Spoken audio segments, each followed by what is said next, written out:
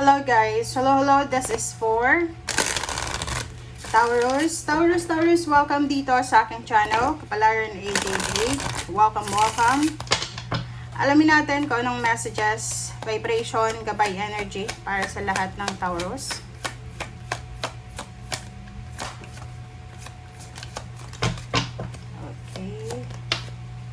Okay, sacrifice. First card natin, Taurus. Dito sinasabi ng baraha sa'yo na marami kang mga pinagdaanan, or halimbawa ngayon, pinagdadaanan ng mga sakripisyo, mga pain and heartaches na masakit. Okay? Nasaktan ka or nasasaktan ka. Sinasabi ng baraha sa'yo dito, okay? Sinasabi ng baraha sa'yo dito na may sitwasyon, okay? The universe is giving you parang situation na para mawala yung sakit na nararamdaman mo, Taurus. So, I don't know if it's about yourself, about your emotion, about your love life. Basta may kung ano man yan na kailangan mong i-release or kailangan mong i-let go, kailangan mong gawin. Okay? Sinasabi ng baraha sa'yo dito na ang sabi ng baraha sa'yo, kung may mga illusions kayo, like negative thoughts, negative emotion, any negativity, kailangan yung, kumbaga, bawasan yung sobrang pag-iisip. Okay? Basagin, parang ganon. Basagin mo na kung ano yung dapat na mawala sa buhay mo. Okay? Kung alam mo na hindi nagbibigay ito sa'yo ng excitement, hindi sa'yo nagbibigay ng kaligayahan, yung parang pakiramdam mo, feeling mo, wala namang progress, wala namang improvement. Okay? So, maybe love life yan. So, tanungin mo yung sarili mo. Okay? Tanungin mo yung sarili mo, baka hindi ka na masaya sa love life mo. Bakit ka nag-i-stay sa love life na yan na hindi ka naman masaya? Wala namang progress. Kung hindi ka pa kinakasal, wala ka pang anak, dyan sa taong yan, pasagin mo na, 'di ba? Umalis ka na. Kasi alam nyo guys, kung mag-boyfriend, girlfriend pa lang kayo, sobra ng paghihirap yung nararanasan mo, hindi mo na nafe-feel na appreciated ka. Mas lalo pa pag mag-asawa na kayo, na may mga anak na kayo, 'di ba? So kung masama ang ugali ng karelasyon mo na 'yan, ngayon na wala pa kayong anak, pag may anak ka, mas lalong sasama ang ugali niyan. So ba't ka magsa-sacrifice? Hindi ka naman siguro bayani. Okay, hindi ka naman siguro bayani. Bayani ka ba para isakripisyo mo yung buhay mo sa taong 'yan? 'Di ba? Parang ganun lang 'yon. Kasi sacrifice to love to eh. Love life yan eh. Yun yung problema ng mga Taurus. Alam nyo yung Taurus, napakabuting tao niyan. Mabuting tao, masipag, magaling makisama, magtitiis talaga. Napaka-faithful niyan sa relationship. Pero kung yung relationship mo na to, ganyan klase, nako, kailangan mo nang umalis dyan, escape ka na. Ant.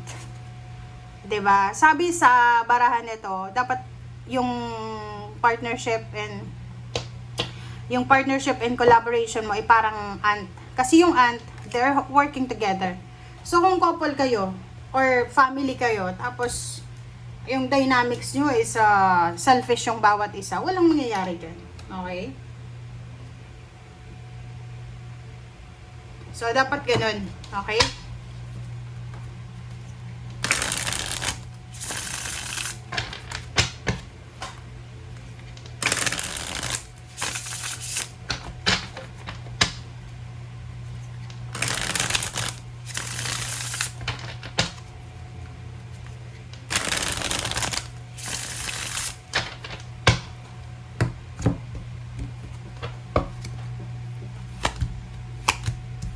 Okay, the Hermit.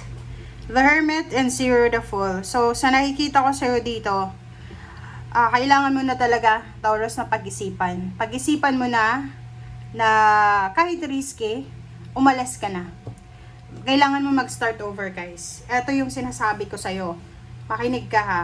Kasi ito ay para sa kabutihan mo. Kung mag-i-stay ka dyan, trabaho man yan, lalo sa relationship, kasi relationship yung sinasabi, kawawa ka. Kaya nga, pag-isipan mo na. Sabi ng baraha sa'yo dito, this is just a message ha, pero parang ano to personal reading. Sa Taurus na masyado kang, anong tawag dito? Masyado kang in love. Protectionan mo daw yung puso mo. Okay? Hindi ka mapapakain ng iyong puso. Okay? Lalo kung bata ka pa, obsessed ka pa dyan sa relationship mo. Yun yung sinasabi ko sa'yo dito. Dapat may cooperation. Sa love life guys, dalawa, di ba?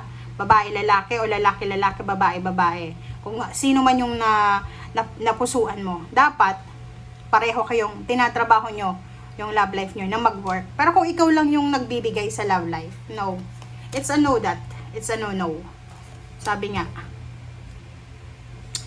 Okay, so Knight of Cups and Magician. O, diba? Sabi ng baraha dito, maraming isda sa dagat.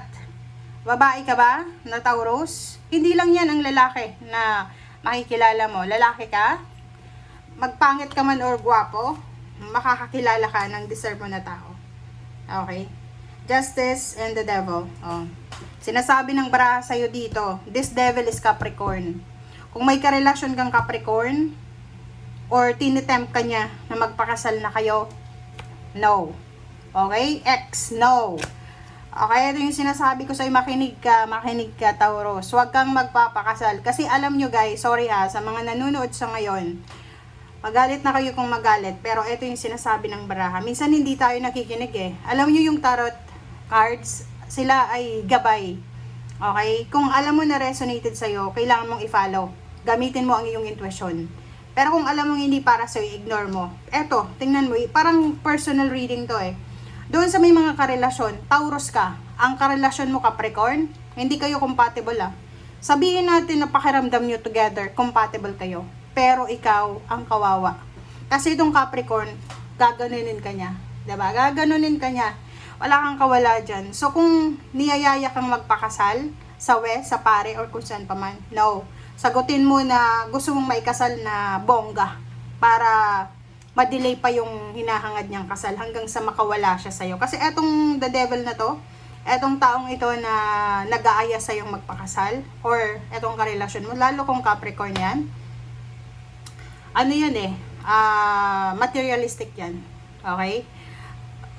May magalit na Capricorn, pero alam nyo yung Capricorn, puro pera yung iniisip nila Importante sa kanila pera. Pag wala kang pera dyan, pag mag-asawa na kayo, kawawa ka.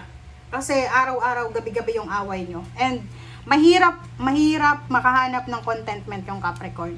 Lalo sa relationship. Tapos sasakalin ka niyan sa relationship. Lalo, ano lang to it's the relationship between Taurus and Capricorn. Taurus and Capricorn, it's a no yan. Diba? Sabi ng baraha sa'yo dito, pag pumayag ka sa pagtitempt sa'yo na magpakasal kayo, problema ang dala neto. Hindi ka na makakaalas dyan. Eto sinasabi sa'yo, umalis ka na, makipaghiwalay ka na. Kailangan mo na daw magdesisyon, lalo sa love life. Okay? Huwag kang matakot. Okay? So yun. Thank you guys. Bye!